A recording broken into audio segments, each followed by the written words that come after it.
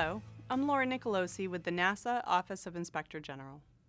Test stands for large rocket propulsion systems are used to test fuel tanks, engines, and other components under controlled conditions on the ground as part of the process to certify the systems for flight.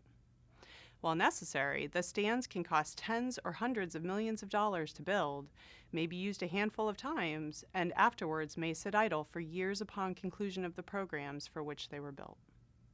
In August of 2013, NASA entered into an agreement with the Army Corps of Engineers to build 2 test stands at Marshall Space Flight Center in Huntsville, Alabama, to test the liquid hydrogen and liquid oxygen fuel tanks that are a part of the core stage of the agency's new heavy-lift rocket, known as the Space Launch System, or SLS, at a cost of $76 million.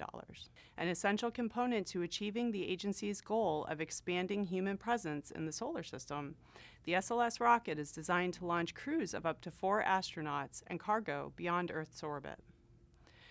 Our review examined NASA's acquisition approach for building the test stands, the cost, schedule, and performance of the construction project, the justification for building the stands at Marshall rather than another NASA center, and plans for future use of the stands. In an attempt to meet the originally planned launch date of 2017 for the SLS, NASA expedited construction of the test stands and paid the contractor a premium of approximately $7.6 million to complete the project on a compressed timetable.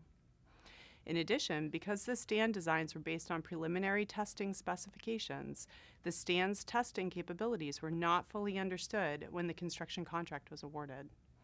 As the testing requirements matured, NASA modified the contract, added additional features, and made other changes that increased the contract price by $20.3 million, or approximately 44%.